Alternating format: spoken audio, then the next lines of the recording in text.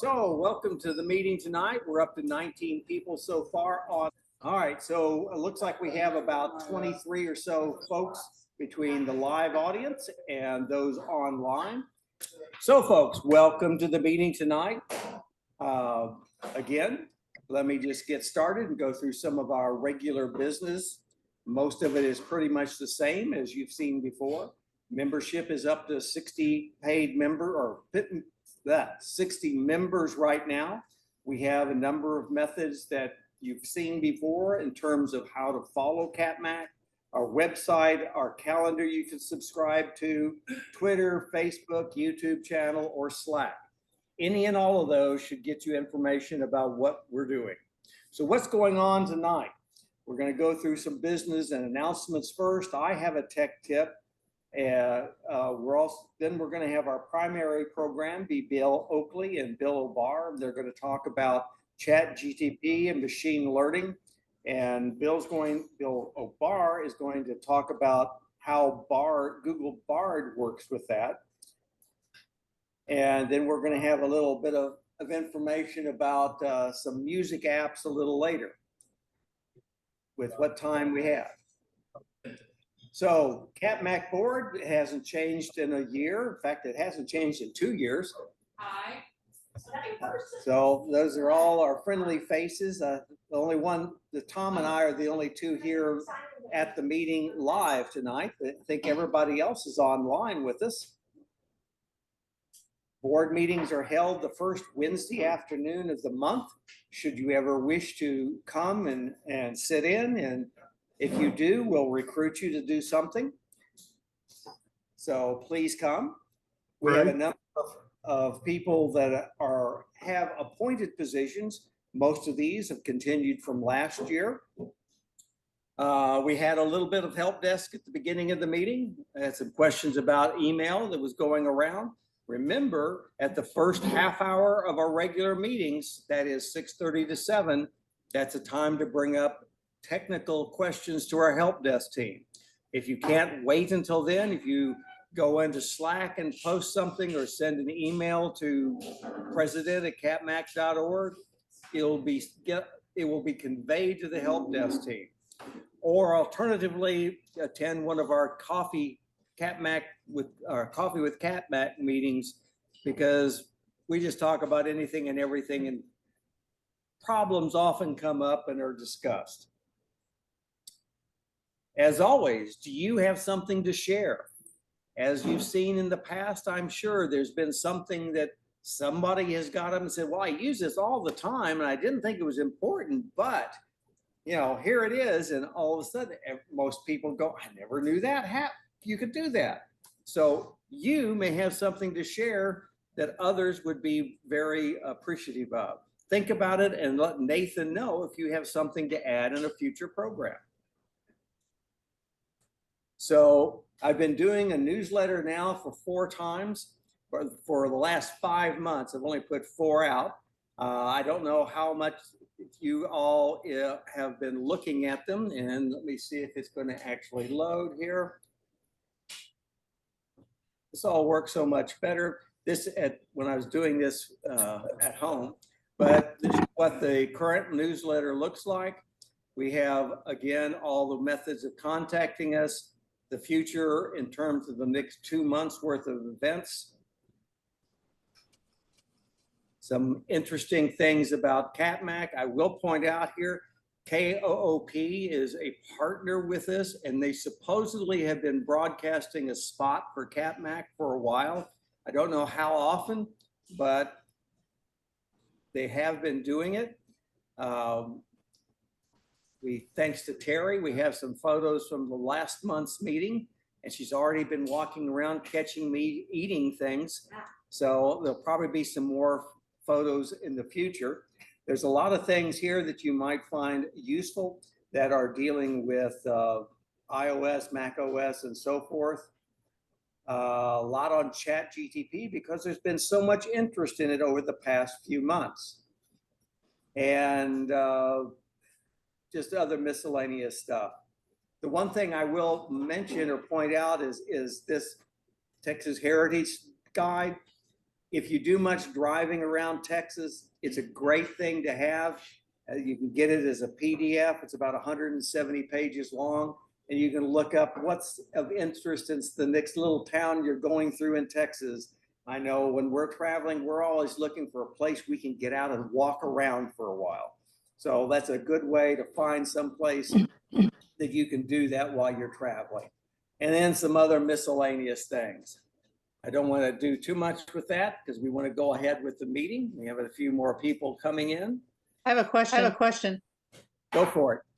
On the newsletter, is it supposed to be out?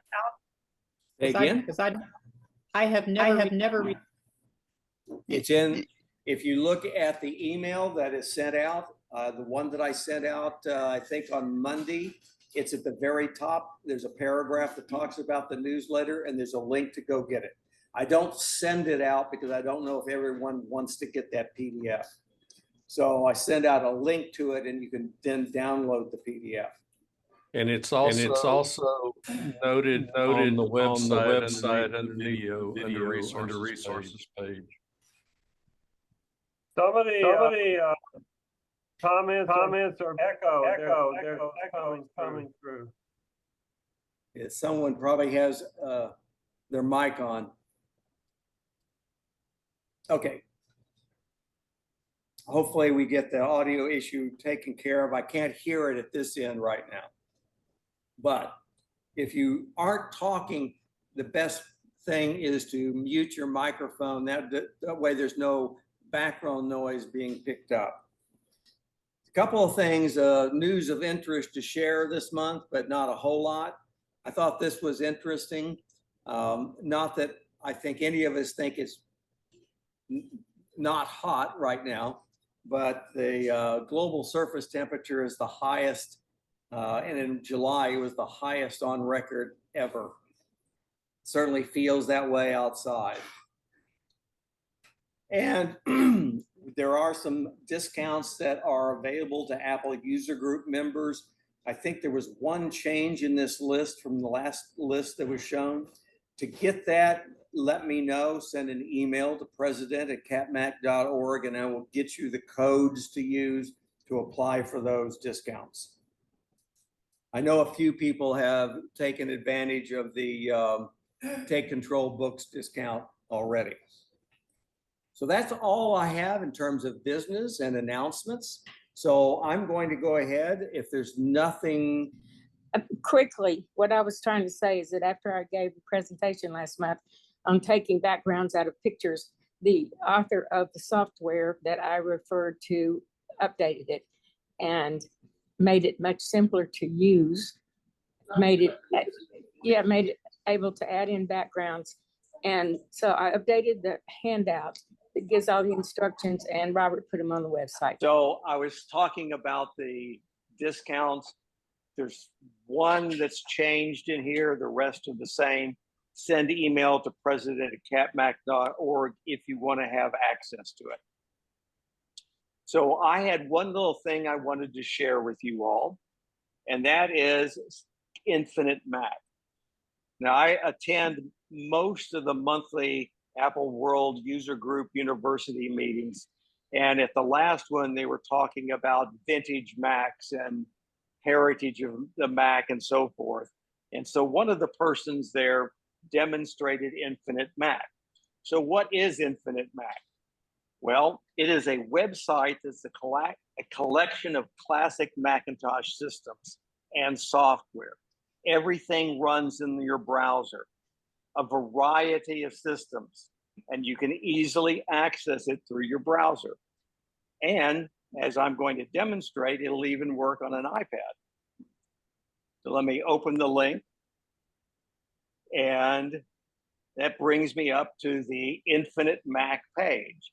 And now I can look through here, and starting with 1984, there's System 1 and System 2, and keeps on going and going and going until, as you can see, list System 9.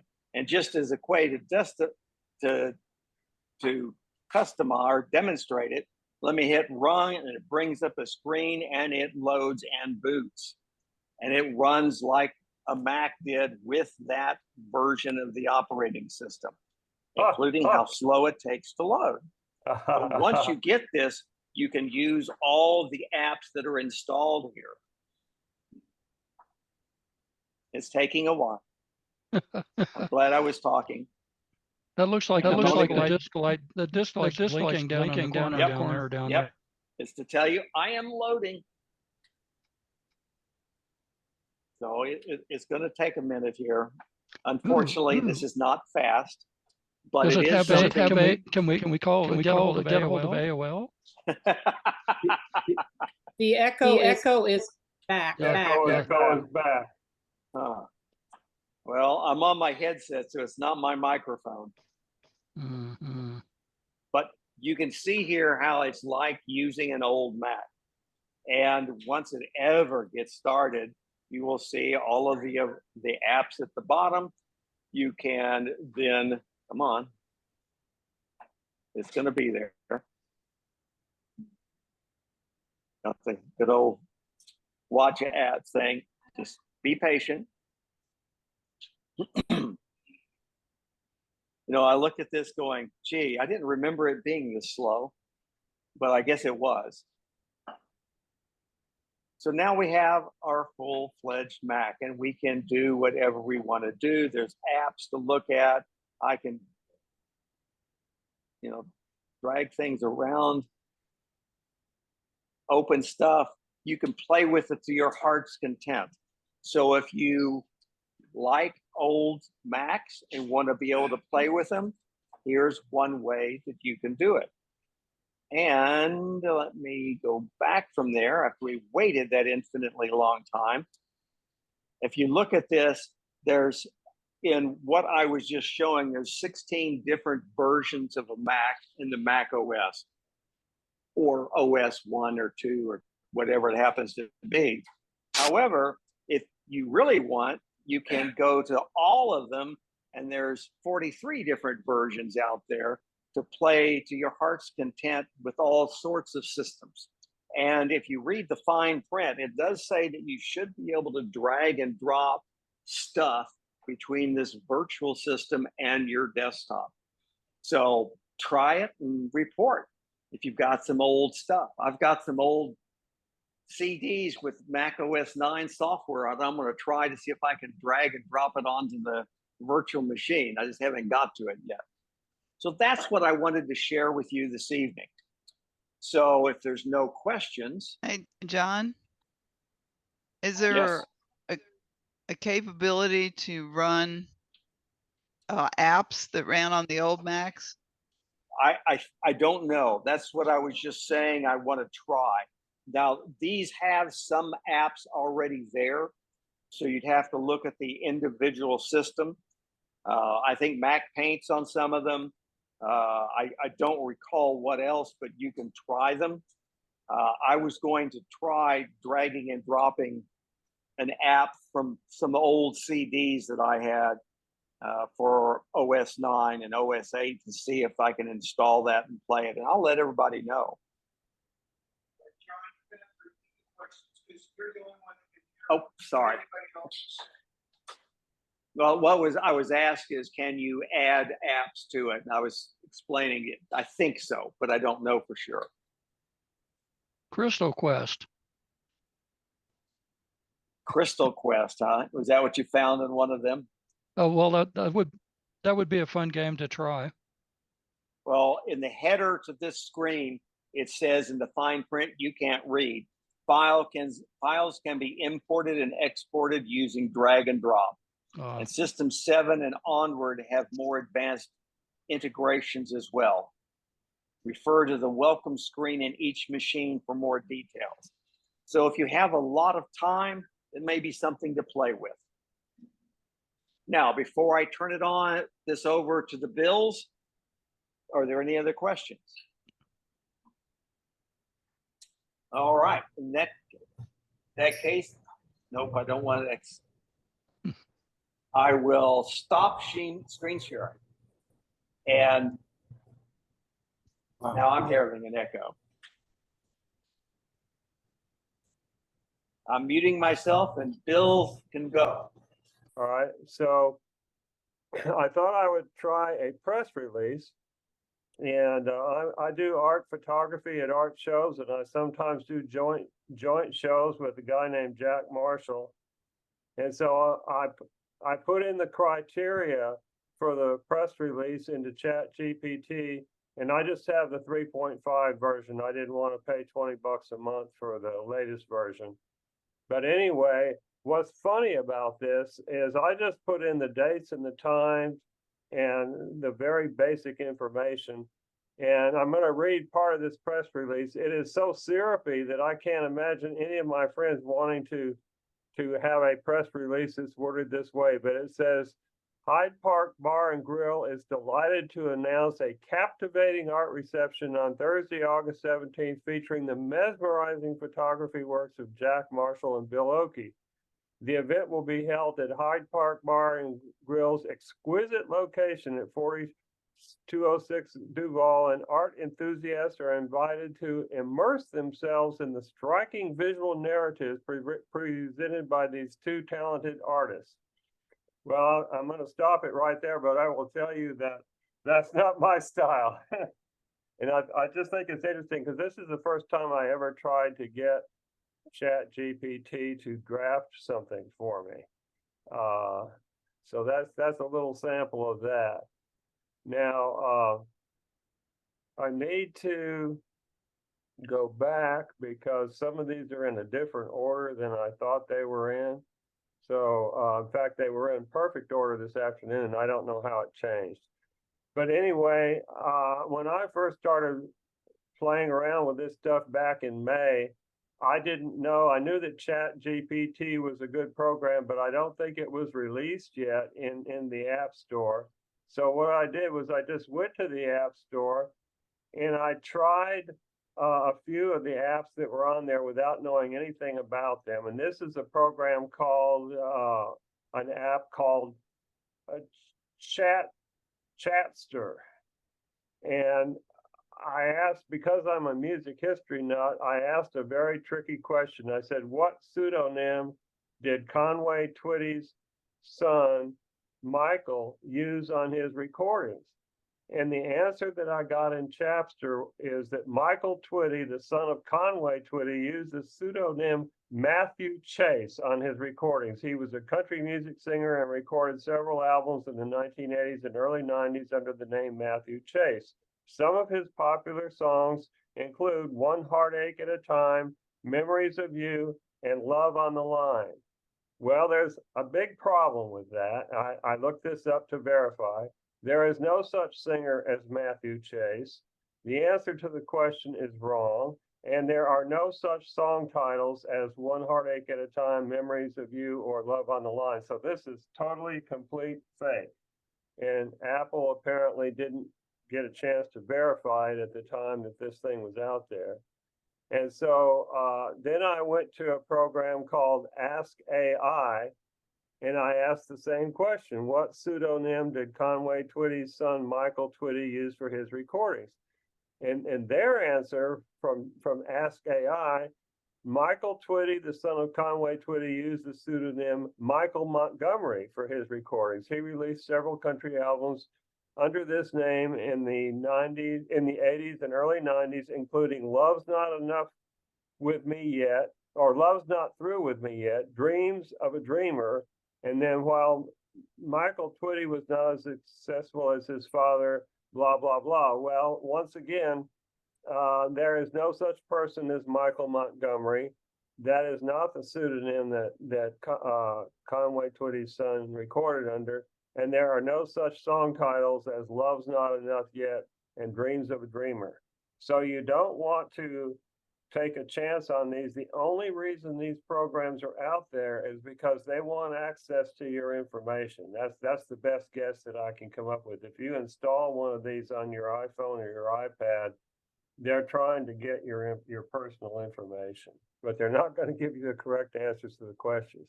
Now, here's something really funny. I was playing around with this and I thought, okay, I got a wrong answer from the Chapster app. I wonder what would happen if I asked the very same question again. And so when I asked the very same question again, they have a new name for Conway Twitty's son. Now they're calling him Michael Ray, and they're listing some more song titles. If You Don't Want My Love, Give It Back. That makes a lot of sense. Maybe God Is American, and I Got You. And it says Michael Twitty later changed his name to Michael Twitty Jr. Well, there's no such person as Michael Ray. He never changed his name to Michael Twitty Jr., and none of those song titles exist. Okay, now I'm going to have to go back. I want to find the one program that got the correct answer was something called Perplexity, and Perplexity is free. I don't know who makes it or where it came from, but when I asked the question, what pseudonym did Conway Twitty's son Michael use on his recordings of The Gambler, the correct answer, Conway Twitty's son Michael used the pseudonym Charlie Tango on his recording of The Gambler. So congratulations to Perplexity, they actually got it right. And there's the record right there. And as a result of this project, I was able to actually buy this record for $5 plus postage from the Discogs website after searching for it off and on for several years and never being able to find it because it's incredibly rare.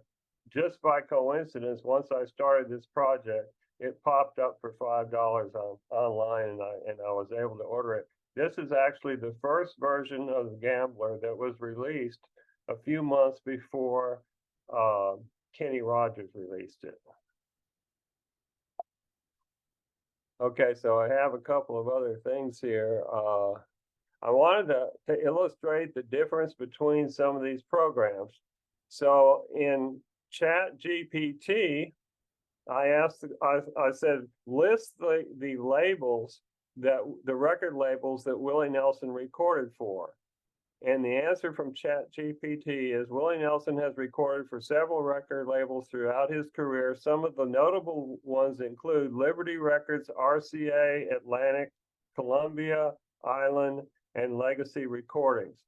And then it says, please note that this list may not be exhaustive as Willie Nelson's discography spans many decades and includes various collaborations and releases.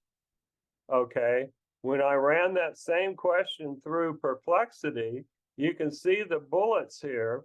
They've got the same answer, Liberty Records, RCA, Atlantic, Columbia, well, and they've got Pedernales Records down here. But instead of just listing them, and if all I wanted to know was the name of the labels, I could just go down through those bullets and look at it. But it adds all this other juicy information. Under Liberty Records, it says in 1962, Nelson signed his first major label recording contract with Liberty Records. His first two singles were released the same year. And then by fall of 1964, Nelson had moved to RCA Victor at the behest of Chet Atkins, signing a contract for $10,000 per year. Well, now, if you think about it, it only took a couple of seconds for this answer to pop up on the screen. When you think about it, do you realize how much research you would have to do to find out that information and that level of detail for Willie Nelson under each one of these different record labels? So I think that's extremely impressive. Whoever built this Perplexity program put a lot of effort into it, and it's liable to be even better. Bill, did you verify all of that data is correct? No, I haven't verified it all. That's a good idea. I think when I get time, I'm going to go back and see how much of it I can verify, because that's an excellent suggestion. As a matter of fact, Willie Nelson's first records on Liberty did come out in the early 60s. Whether it was 1962 or not, I don't remember, but that'd be an interesting thing to look into. 1975 sounds about right for Columbia when Red-Headed Stranger came out. And so I think that just glancing at it, the dates look pretty reasonable, but it's an interesting idea to go ahead and check it out. It looks like it gives sources at the bottom. Yeah, Can you that's click on those and go straight to the You, source? you can. Well, now that's another thing I'm going to try. I don't know if I click on Wikipedia if it'll take me to the right page, but I need to do that. It probably will. There's 6 different sources, and that's another thing that I really like because first of all, they give you the answer. Second of all, they add a lot more detail that you didn't even ask for, but it's still nice to have. And then they put the sources down there, the references, so that you can click on them. So that's very nice. Oh, is this perplexity.com? Well, it's an app, and I went to the App Oh. Store and looked under AI.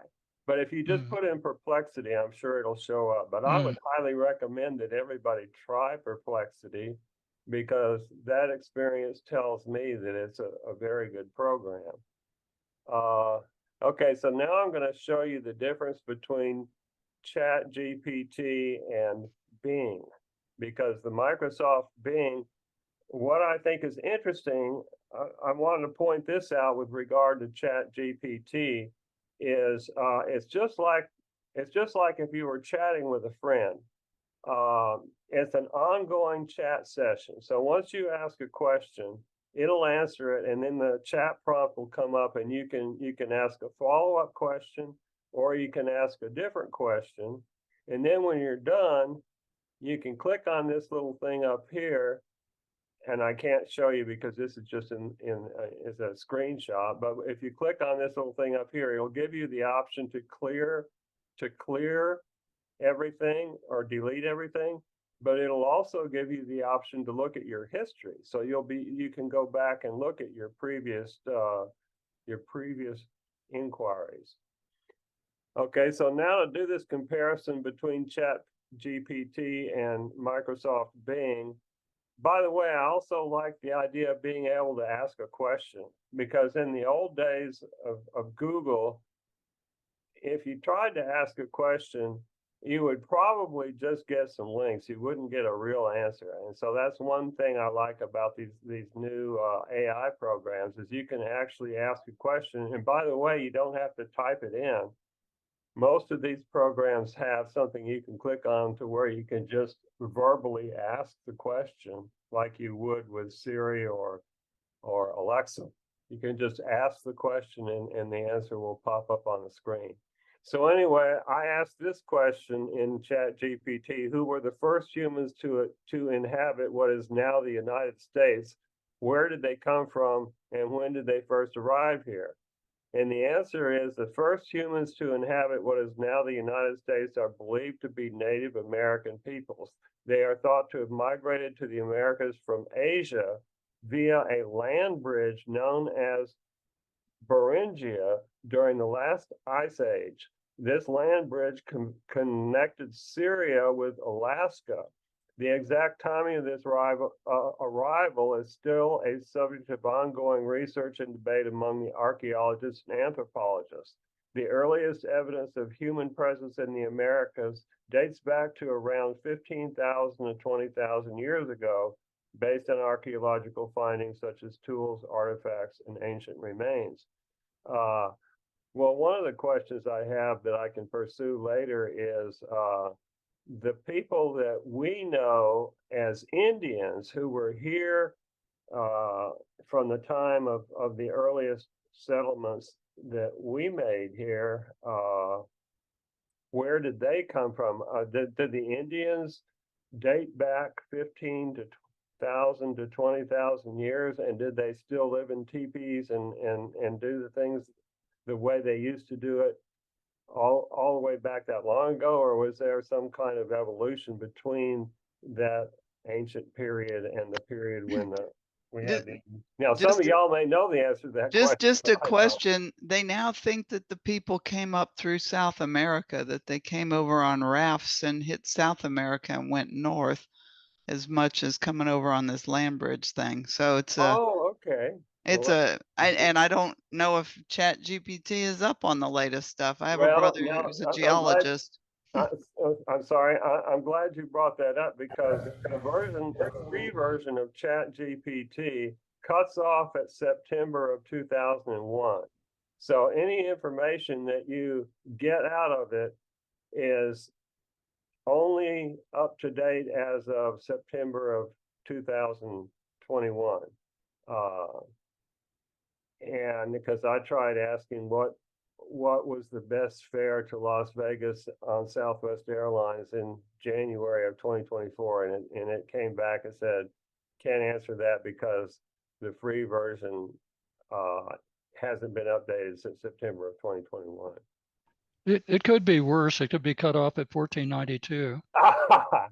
Yeah. All right. So now moving over to Bing, Microsoft Bing, for that same question, it says, according to the traditional narrative, the first North Americans were big game hunters who crossed a bridge connecting Asia to North America around 13,000 years ago.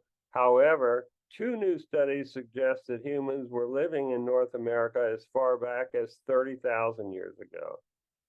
Now, here's the difference. There's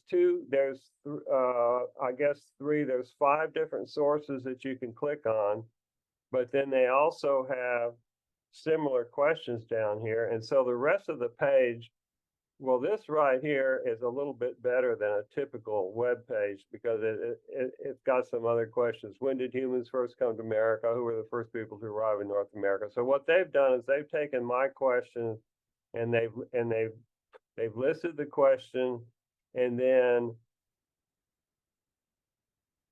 there's a little bit of narrative, and then there's links that you can click on to get the answers to those questions. And then there's more links that come on down the page. So from what I'm looking at, if it were up to me, I would want to have an AI program that does everything that ChatGPT does, everything that Perplexity does, and everything that Bing does rolled into one. Because what's interesting and exciting about this is we're at the very dawn of this AI revolution. We're witnessing the very beginning of the evolution of this technology. And so this is eventually going to be, people are going to look back on this, and it'll be like, I can look back on the day when my best friend and I were meeting in the cafeteria every morning to talk about our latest adventures online with this new World Wide Web. And then we went to a bookstore and we bought a copy of the World Wide Web website directory, and it was smaller than a phone book, and you could carry it around and you could look up all the sites that were available on the internet. So anyway, that completes my portion of the presentation. So I will turn it over to Bill Barr. Okay, this is the other Bill. Can y'all hear me all right? Yes. Yeah, you sound fine. This looks like a Roku screensaver. It's a screensaver from somewhere. I can't even remember where I got it, but I thought it was attractive, so I downloaded it. What I have done is, I almost hate to admit this, but I'm kind of partial to Google. And so what I did was I jumped on to Google Bard. And let me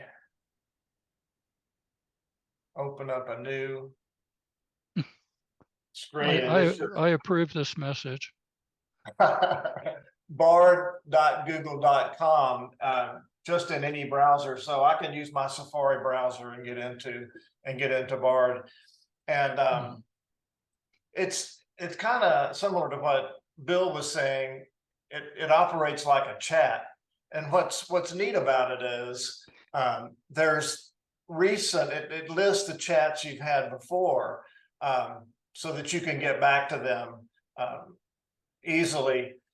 And so there's things I ask about, will there be a season 2 of House of the Dragon? And where were Fritos invented? Anybody know the answer to that one?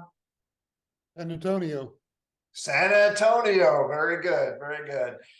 We had a men's business breakfast the other day, and that was one of the 10 questions they asked us as a contest. And so when we started this, my wife Gwen is very skeptical about AI, and she had heard a lot of bad things about it. And I don't know if any of y'all remember, but there was an AI alter ego named Sydney. Do any of y'all remember that? And so Sydney was a version of AI that you couldn't trust, and in a bad way. So you had to be on the lookout for it. And so another reason I kind of latched on to Google, and I could have done Bing also, is that I kind of felt like I could trust them to make a good go at it. And the first examples I heard of were really interesting. This guy that had a young son, and his son was always asking him to tell him stories at bedtime. And so he asked him to tell him a story about Batman versus Spider-Man. They were going to have a fight, and he wanted to know a story about that. And so the guy asked the AI to generate a 10-page story about Batman versus Spider-Man, and it did. And he read it to his son, and his son loved it. So there's some good things about AI. Another one was where a guy asked it to write a short note to his wife, telling her how much he loved her and how much he appreciated her. And it did a wonderful job. And I don't think I could do that, because my wife would smell a rat almost immediately with something like that. But it can be very helpful.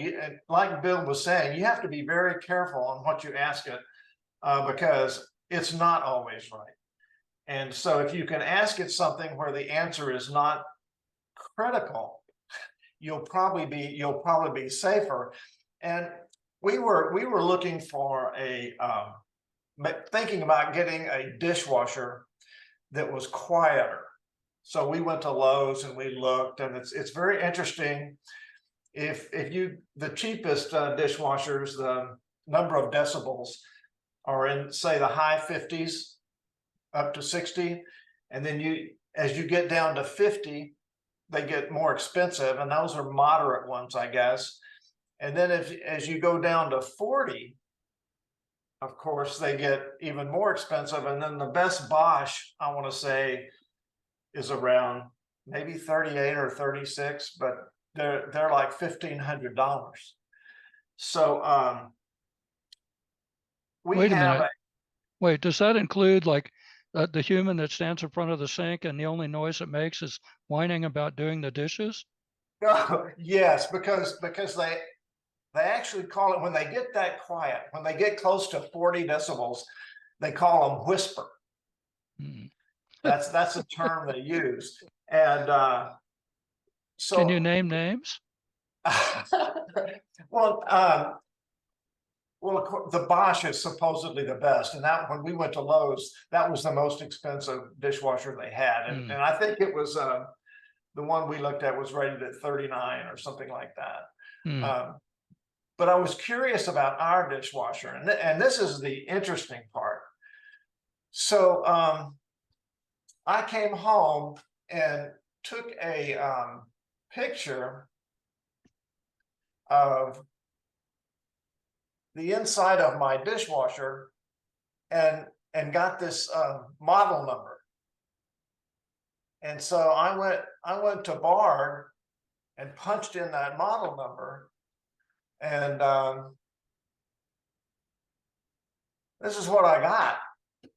And to say I was shocked, because this house was built in 15, and it's a builder's dishwasher model, so they don't put the best ones in. But as I was looking at the different statistics about this dishwasher, it said that it had a sound rating of 46 decibels, and which is pretty good. I was shocked to see that. Oh, you know what's really good about what you just showed us? In addition to all that other information, they also showed the stuff that breaks. It had the float valve. I think it had in other words, I noticed that, and what's astounding, and Bill alluded to this a little bit, to find out information about a piece of equipment, whether it's on a car or where it is, you have to know, you can always Google it, but then you get all this information and you don't know which link is the one you want. But as AI gets better and better, it's going to get much more powerful. And that was a really good, if I can get it to come back up, a really good example. How more helpful could this be with just me putting in GE and then the model number, and it spits this out. you know the other thing too. I don't know that this is a fact, but if you look at that bullet list of the stuff, I wonder if it's rank ordered by failure rate. I would really doubt that. It is possible, but it just depends on how this algorithm that went out and grabbed this information. Yeah, but that information right there is invaluable because if it's broken and you're you got to fix it. I think there's when you go to look for that stuff, there's an outlet, there's a thing online where they sell parts, and if you have the part number like that, you can go and they'll show you what it looks like, and the cost is reasonable, and you get it pretty quickly by UPS. This would be a lifesaver. Yeah, but without this, how are you going to find out what those part numbers are? Maybe try to find, look online for the owner's manual, parts manual for this dishwasher. It's astounding. And yet this took, I don't know, I had to go snap a picture on my phone and get this model number off of it. Probably a total of 10 minutes, at the most. It's incredible. It's incredible. I mean, if we spend more time playing with these programs, we're going to find more examples of things like that would take many hours to research, and there it is in front of you within just a few seconds. That's pretty amazing. Yeah, I don't know if y'all know who Marquez Brownlee is, MKBHD. He's a tech reviewer and brilliant guy. And he was talking about ChatGPT, and he talked about this example he had seen where they ask it to explain rain to somebody with 120 IQ. And so it goes into all of this very detailed scientific description of exactly what rain is and how it forms. And then they ask it for like a 90 IQ, and then they ask it for a 70 IQ. And I can't remember exactly what they were, but I can tell you that the 70 IQ description of rain was pretty simplistic, and this stuff was just generated very, very quickly. Along the lines of, if it's raining, don't go and stand and look up with your mouth open. So another one, the dishwasher just blew me away, and so we had to have our 13-year-old Volvo. Our 10-year-old Volvo serviced at the Volvo place. And so they gave me a loaner, and the loaner was an S60 sedan, very new. And they said, well, just make sure that there's as much gas in it when you bring it back as when you took it. And so it's getting close to time for me to take it back. And so I pull up to a gas station, and my Volvo has a little button you push below the dash that opens the door to the gasoline. And so I'm looking and I'm looking and I'm looking. I can't find the button. And I go, oh my God, what am I going to do? I'll have to take it back without any gas in it.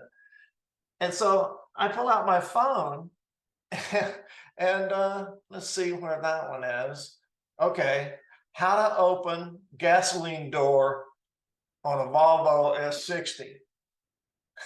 And it was really tricky. I almost didn't want to tell you this one either. It said, make sure the vehicle's unlocked, exit the vehicle and walk to the right side of the car, locate the fuel door, press in the center of the fuel door to open it. Duh.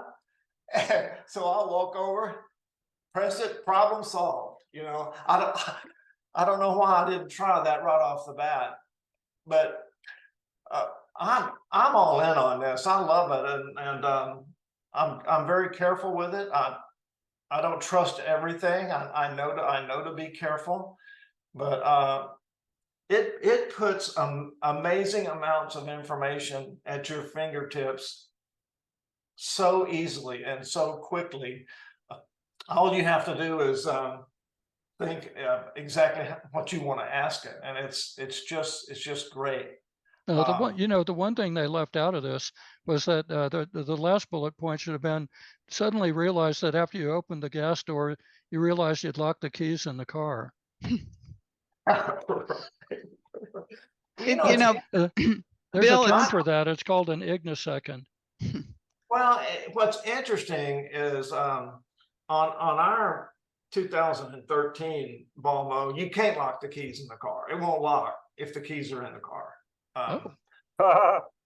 Which is a great thing, because I know there's been at least one time, and the way you lock and unlock the car is if you've got the key in your pocket, there's a button on the door handle, and you just press that, or you just pull the door open. But when you exit, you just press that button and it locks the car. Well, one day I pressed the button and it wouldn't work. Well, that's because I'd left the key in the car, and it saved me a lot of pain. Wow. So practical things like that are what I have found very helpful. Another question they asked us at our meeting the other day, and this is not that much big of a deal, but they asked us what if you multiplied all the numbers together on a roulette wheel, you know, what would the answer be? Well, I just typed in 36 factorial and there it is. So it's amazingly powerful. I'm a big fan of it, and I hope these examples just show everybody that hasn't given it a try that maybe you ought to give it a try. And like I said, if you want to do, the beauty of Bard is it keeps up with all your old queries, and easy to go back and find what you had done. So this is using Bard instead of ChatGPT. Yeah, and I checked to see if the App Store had a Bard app, and it doesn't. But you can access it with any browser. I use my Safari browser and don't have any. You don't have to sign up or anything. No. Well, it's interesting, but because I'm a Gmail user, it keeps up with this. If I weren't, I'm sure that once I close the browsing screen, my history would go away. But it keeps up with my history because I have a Gmail account, and it knows that. But so there's advantages and disadvantages of all of them, I'm sure. But I think they're just going to get better and better. You know, this all about you, Bill. Yeah, that's right. That's the first you did. Bill, I've got a question. Some of the stuff that you're showing on the AI, I could probably find on Google. So that is correct. So why is this so much better? Is it because it focuses in on your specific question, or why?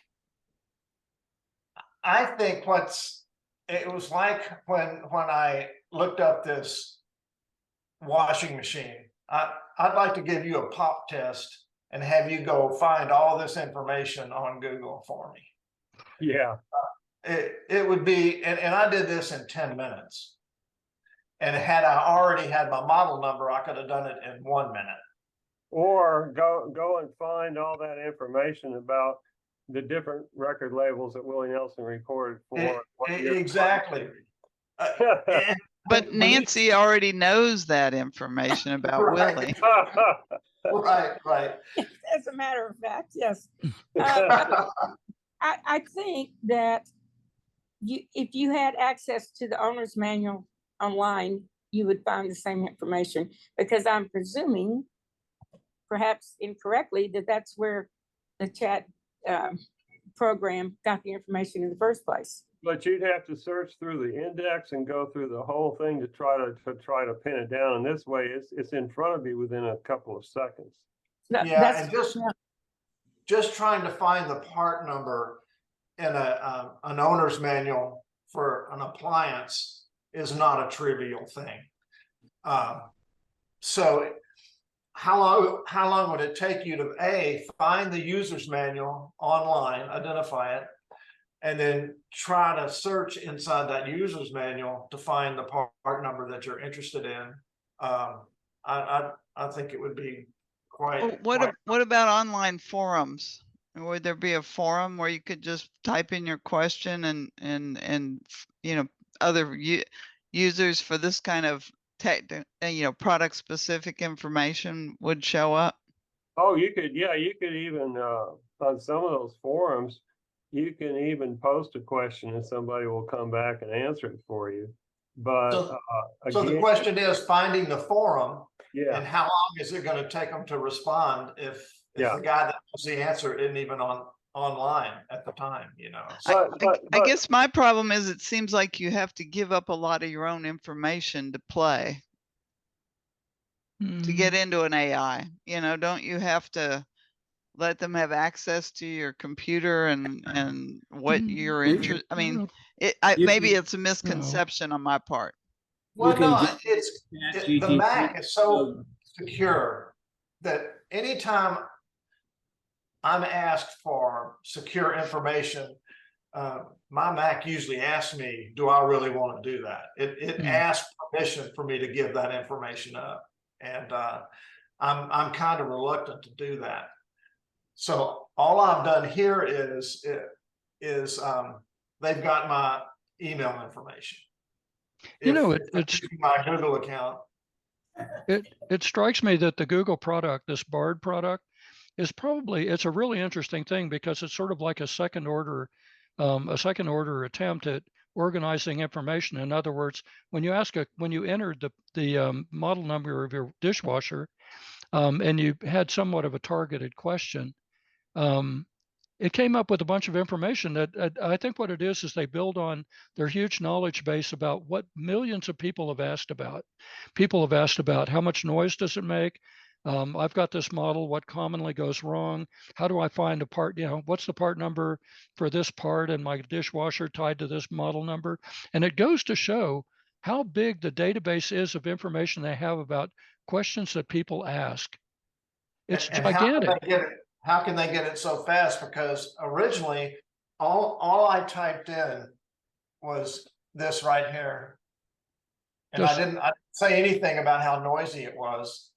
That's really it just decided to spit out the stats on this particular dishwasher once it located it, and I was shocked. To Peter's point, that the questions in their database were probably linked to things like how noisy is this model number of a dishwasher, so that's why it came up with that answer. Yeah, other people care. People want to know that, and I would think a lot. I think dishwasher, that's important. Yeah. So if you look at this, dishwashers are so ubiquitous that the amount of sound it puts out is actually usually one of the selling features of dishwashers. Absolutely. Which gives you some idea about the gigantic amount of data they have on just everything. In other words, this is one model of a bazillion dishwashers, and they track everything. I mean, it's basically like every time you ask a question about anything, it's noted somewhere. They go, oh yeah, somebody wanted to know about this, and it's all ranked order. In other words, they can tell you about any given thing you ask about. They know the ranked order of all of the information that's requested about that thing. Whether it's dishwashers or koala bears or like what kind of car it is or whatever. It's very interesting. Well, the interesting thing about this amount of data they sent back is they could have sent out pages of stuff, or they could have not sent out what I wanted. But in this case, it's like, wow, this is just right.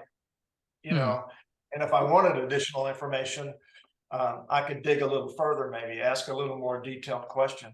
But I was shocked with I'll it. give you So- a suggestion of what I did was I would type a question into ChatGPT, for example, and then I would copy that question to the clipboard, and then I would pull up Perplexity and put the same question in there, and then I'd pull up Bing and put the same question in there, and then I could add Google Bard to the list. And so if I didn't get all the information I wanted out of the first AI program, I could just paste it into the next one and the next one and so on.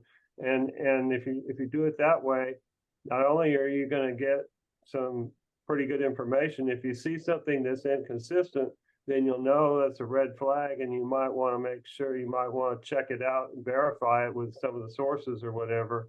But I think it's kind of cool to be able to check 2 or 3 of these if you need to. If you've already got the information in front of you, there's no need to do that. But if you want to look further, it's real easy to just paste the same question into 2 or 3 of these programs. Hey, Bill, that's a real good idea to kind of double check. And I put a link in the chat about Anology's podcast on AI and neurotechnology. And they talked about a lawyer who he sort of did research for a case and cited all of these legal cases with citations and everything, and they were all made up. It was one of those hallucinations that ChatGPT can do. And when the opposing attorneys try to look up those citations, they found they didn't exist. And so the idea of double checking, my brother is a world-renowned mountain climber, and so my other brother put his name in, and it came up with a lot of the mountains he's climbed. He's done the 7 summits multiple times and all that. But it also said that he did this stunt work in Hollywood. He's never done that. So it kind of hallucinated, you know. Well, when Bill was giving his common enough this discussion of Michael Twitty, I opened up my MacBook and I asked Bard about Michael Twitty, and it said, "Oh yeah, he went by the pseudonym of Michael Tyler." Another one that, you know, it's just, who knows what they're doing in that case. Yeah, and you know, what's funny about that is that Conway Twitty's real name was Harold Jenkins, and so Michael Twitty just used that because that's what his father used, the Twitty. So, but his real name was probably Michael Jenkins. Yeah. You know, it'll be an interesting world when all of these things are cross-connected, and they will exchange information and rank, you know, and again rank lists and be able to have weighted data that, you know, basically informs them. And then it'll be funny for us to sit around and watch the AI snickering about the one that's the slow one. Well, you know, what's going to happen is it's going to continue using pure factual data that it gets out of databases, but eventually it's going to get so smart that it will be able to make intelligent decisions for you. And if you were to say, for example, my dishwasher has this problem and it's making a knocking sound, or it's leaking right next to this little corner of it or whatever. And what it'll be able to do is that it'll be able to say, instead of just listing the part numbers for you to replace, it will probably say, well, it sounds like your problem is caused by this part over here, and here are the prices that are available at the various locations in the town where you live, and here are the links to get to those. In other words, it'll just take you right to whatever your bottom line is. If your bottom line is you need to get it fixed, then it'll try to fix you up. Yeah, it'll link you to the YouTube video that'll show you how to install the part. Oh yeah. I want it to link me to the repairman. The issue that they tend to have is they will conflate the same name. So Ginger, what you might try doing is like look on the Internet Movie Database to see if there is a stunt performer with your brother's name that it is actually maybe conflating the two. Ginger, I think you're muted. I mean, that is a good point. His name's Vernon Vern Tejas. There may be someone named Vern or someone named Tejas, but I mean, that's kind of a made up name on his part. He's not Conway Twitty's son, but he changed from Hansel to Tejas. But yeah, and that could have created the confusion, but it is kind of the idea is don't trust it completely.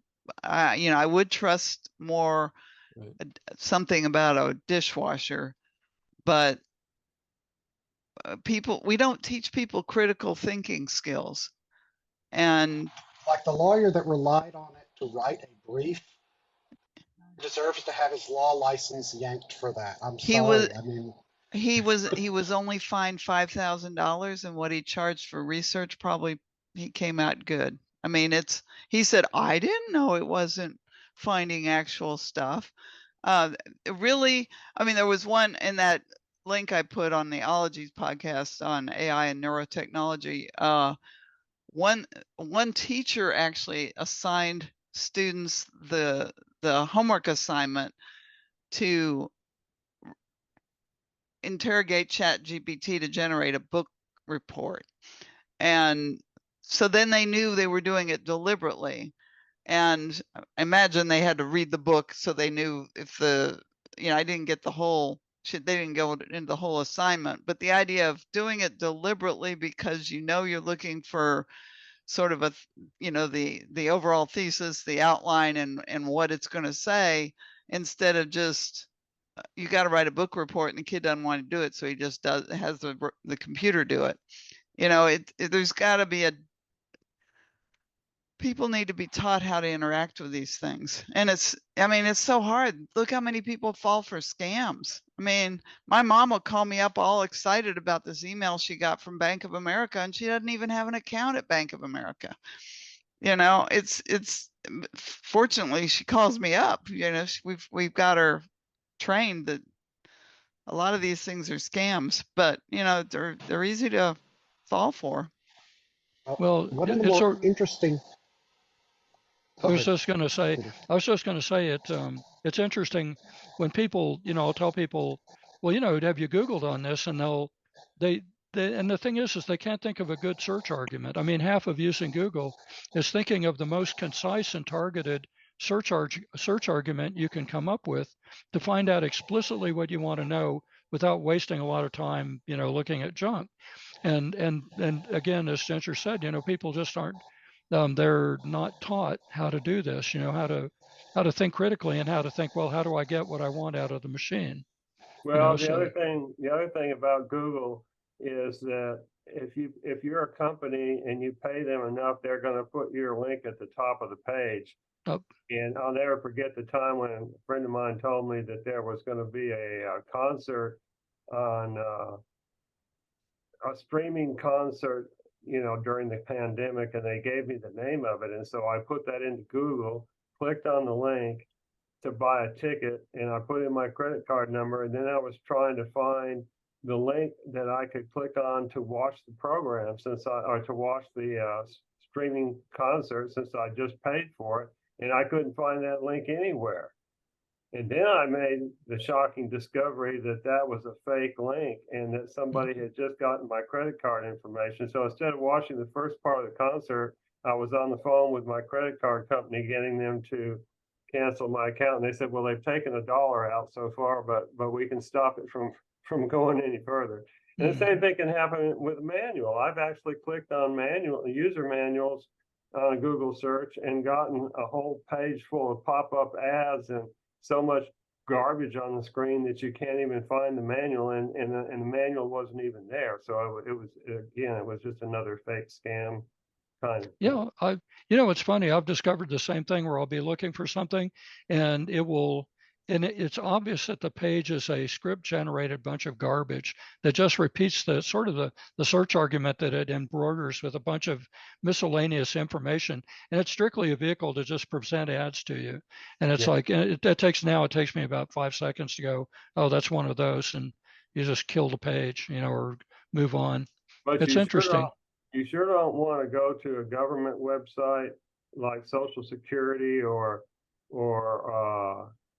something that has critical information where they're going to ask you like, what are the last 4 digits of your social security number or something like that. Before you actually use a website that involves critical information, you need to find a way to verify that you're actually at the real website that it is that you're trying to go to. So that's where the stuff at the top in the URL, like you click on the lock and it'll show you the cert, that's issued for that site. So to Craig's point, I appreciate it. I just went and Googled I asked the question, stunt actor named Vern Tejas, and there's a Vern Troyer. He's the guy that played the Mini-Me in Mini-Me and Dr. Evil's smaller, more concentrated, pure evil protege. Not my brother. But does he climb mountains? No. But Okay, people searching for him probably find out that he climbs mountains. So yeah, that's good to actually interrogate it a different way. With what Bill did was use the same question repeatedly in different AIs, and you can also verify it by plugging in what you got that didn't seem right. And some people even take time to try to retrain an AI for ChatGPT for the actual stuff because they may not have the answer. So more interesting uses I've recently seen for it is in genealogy research. Basically, if you can provide it the facts, and it will write a narrative for you using the facts that you provide. Or the other example that I thought was just incredible that was given was that she found some news articles about some sort of mining disaster accident in Pennsylvania, and she pasted into ChatGPT and asked ChatGPT to summarize the list of people who died or were injured, who their relatives were and where they were from, and so forth. And it read this entire long newspaper article in the 1920s and summarized it for her and spit out a table with the information that she wanted. There are ways that you can feed it factual information and just have it do the T in the GPT stands for transform, to transform the data into a form that you want to use it. So how do you get in to do this? I guess I'm still at the trepidation phase where I feel like basically you just need an email address to sign up for some of these. One that you don't even need email, you can just download. There are a lot of open source ones that y'all haven't mentioned. You're talking about having it write something. Well, I've used it for doing like generating art. There is an AI called Stable Diffusion and an interface for that called Automatic 1111 that provides a web interface for doing that, to where you can like feed it prompts and it will try to draw what you are prompting it to draw. And it sometimes works, sometimes it doesn't. You have to kind of play around with what you're prompting it to do. But it's really powerful to be able to like generate things, landscapes or people pictures. That's a lot of about to go websites. next, I think. Okay, well, yeah, I mean, a lot of websites you'll see testimonials. They used to get stock photo for doing that, stock photography. Now they just need to generate a person who doesn't actually exist to serve as the photo stand-in. So I mean, I can show. Here, I'll share my screen here for a moment. I just this evening generated that landscape photo. Does not exist. It was completely generated out of Automatic 1111 to generate photos. And it's just, I said, show me a pasture with a lake and a lodgepole pine forest and mountains in the background at sunrise. And that's what it gave me. And you can prompt it over and over again to give various iterations of it, because it uses a different seed number each time to generate. So another example of something that I did with it was, one of my favorite American artists is Norman Rockwell. So I told it to generate a Norman Rockwell style picture of boys playing football or boys in football uniforms. And Oh my gosh. Of course, they all look the same. the boys will all, I mean, that's the thing. It doesn't know how to discern between different faces. So the people end up looking very much alike. I'm also showing this to show you how it sometimes doesn't do a great job. Like, see this boy here is holding a football, but it's also holding the grill of a football helmet without the helmet. Oh yeah, that's cool. This one, it put a baseball hat on him, and he has 3 legs, while this other kid that's sitting down is missing a leg. So, I like it. I like it. So you do the have guy to on kind the of play left can around run with it. faster. But I mean, sometimes you get really good results. I mean, like I said, this really does look like a Norman Rockwell style he would have painted. Except you have a lot of duplicate numbers, but I guess that's great for faking out the ref. Well, that's the it doesn't know that to put different numbers on each of them. Yeah, Craig, what engine did you use to do that? I mean, what Diffusion.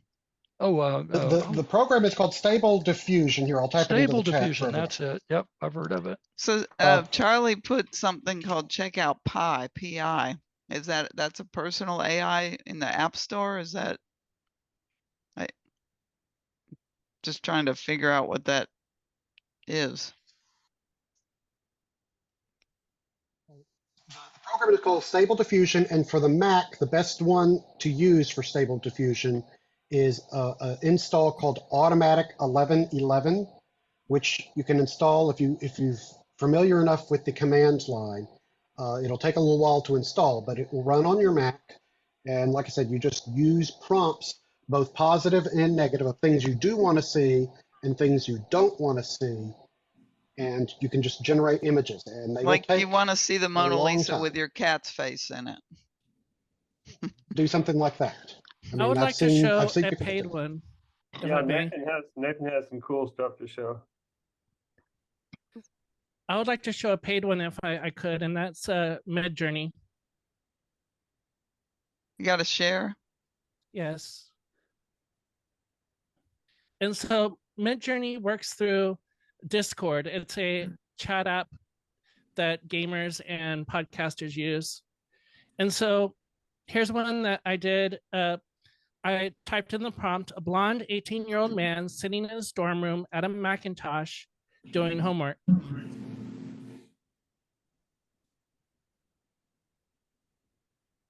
So I'll open this in my browser and oh, that's Harry Potter. Mm-hmm.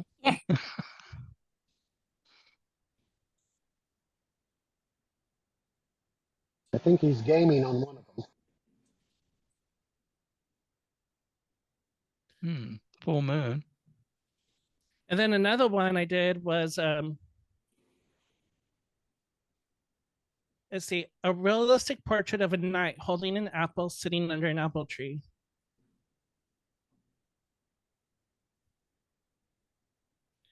And here you can see the hand problem again. It has the right number of fingers, but it's no thumb. Well, he was a knight before they'd invented the opposable thumb. Well, this is from so many years of Mickey Mouse not having enough fingers. You know, yeah, he's overcompensating. Yeah, it's overcompensating.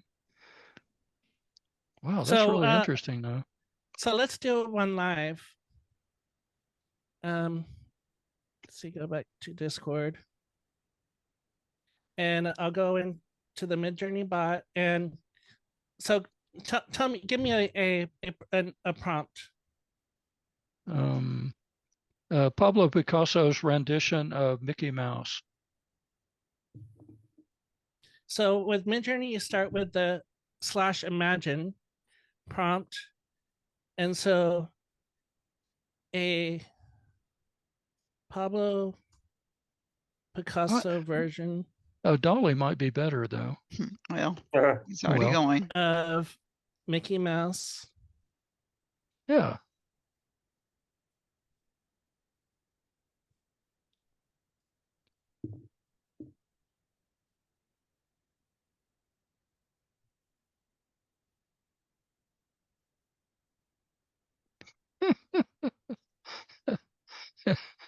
It's waiting to start. Nope, there he's coming. Goes. Well, if it was, that's why I was thinking Salvador Dali would be interesting because he'd have like weird, he'd be melting and he'd have weird little props, and there'd probably be a giraffe on fire in the background or something. I don't know if that's. I'm not Well, seeing the Picasso unless it's in the background. Well, maybe Have to early build it stage by Picasso. stage. It starts working from static and slowly. Okay. Because basically the way that it does the images, and all of them work the same way, is that it's actually two AIs, and they're competing against each other. One is trying to draw it, and the other one is telling it what's wrong with it. And so the more iterations you do, the better it's supposed to get. Okay. I kind of like the one in the upper right corner, actually, strangely enough. Maybe that's the Harlequin kind of. I mean, Picasso went through many different iterations. We didn't say if it was early or late. So Craig, this is interesting. So Discord, there's actually a Discord server that acts as sort of the front end for the Stable Diffusion engine. No, this is different. This is Midjourney. This isn't Stable Diffusion. So there's several things out there that you can use that do the generation. I just chose that one because I can install it on the Mac, and basically it works really well on the M1 Mac that I have.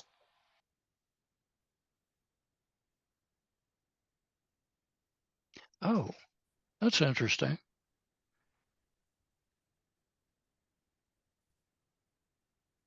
Well, it's interesting, but it's still not weird enough for me. Yeah.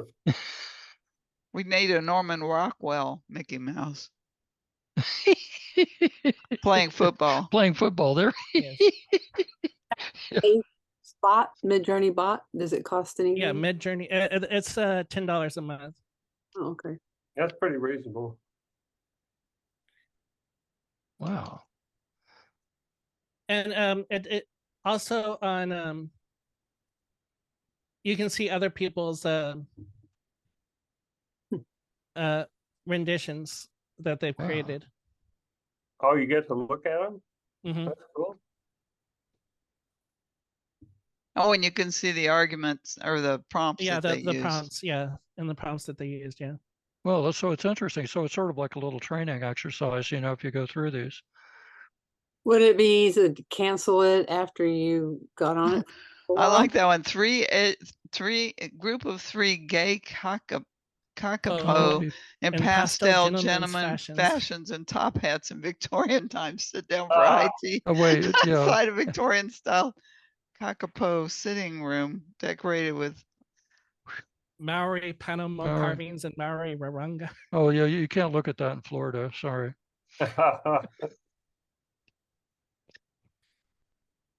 Cockapos. Those are specific to New Zealand, I think. Wow, that's interesting. Wow. So, that's pretty interesting. And then the other thing I wanted to show is music. And I wasn't able to get this because it's a little bit beyond my expertise. You have to be able to compile Python, and I was able to install Python in terminal, but that's about as far as I got. This is a brand new project from Meta, Facebook, called Audio Source. Let's see, where is it? And it's called Music Gen or Audio Gen. First thing it does is text to sound generation. So you can say whistling with wind blowing.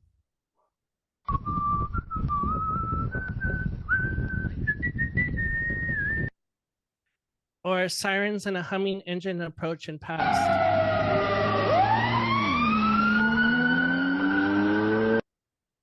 A duck quacking as birds chirp and a pigeon cooing.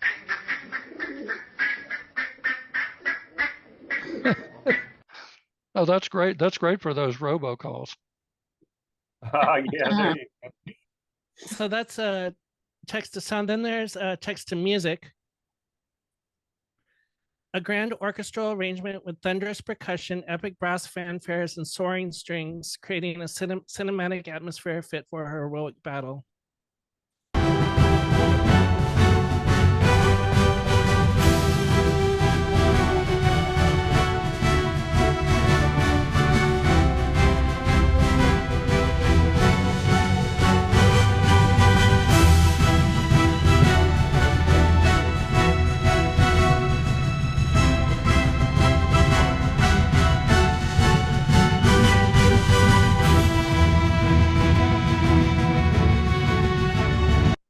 So Nathan, is that your morning wake up sound? No.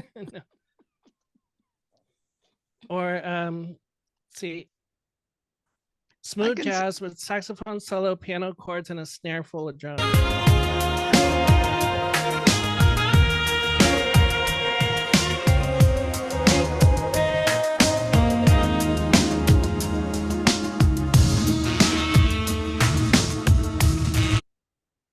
I can see why the actors are out on strike. Can you play the Johnny Cash Barbie song? Sure. Yeah. Oh, Thank you for please. noticing that. So this is Johnny Cash singing Barbie Girl. Hello, I'm not Johnny Cash. I'm a Barbie girl in a Barbie world. Life in plastic, it's fantastic. You can brush my hair, undress me everywhere. Oh, come on, Barbie, let's go party, 'cause I'm in a Barbie world.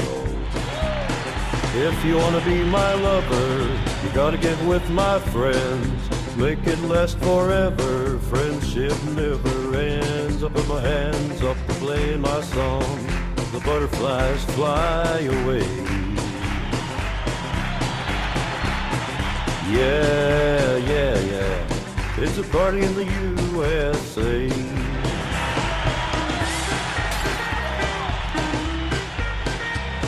This is what you guys call music? Well, I'll be damned. That's pretty funny. That was worth the price of admission right there. That's good, that's good. And then Craig was asking about, this is kind of off topic, but before I give up my thing, Craig was asking about Crystal Quest, and the Internet Archive, archive.org, has this same thing where you can boot into old Macs. And this one actually has Crystal Quest. Nathan, we need to wrap up in the next 5 or 10 minutes so Yeah. we can finish up here.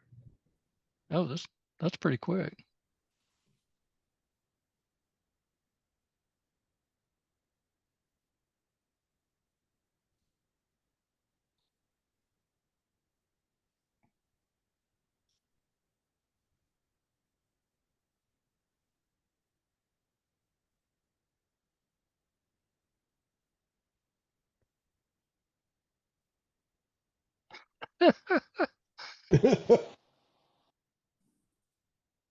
Oh yeah.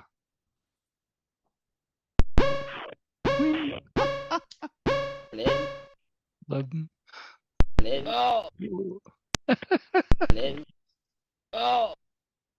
Anyway, that's I'll have to look into the that. Internet Thanks. Archive. You can run HyperCard and everything else. That's hysterical. Well, this has sure been a lively step into possibilities, and Time wasters.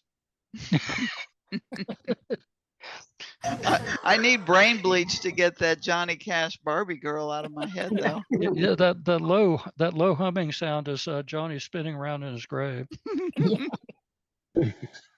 Folks, we need to kind of wrap it up. We need to be out of here by 9, so we've got some. Oh, we're business. done. Say again. Thank y'all. We're done. Stay cool. All right, and we'll see you all next month. If not in face, we'll see you virtually. Thank you, speakers. Next month is virtual only. Yes.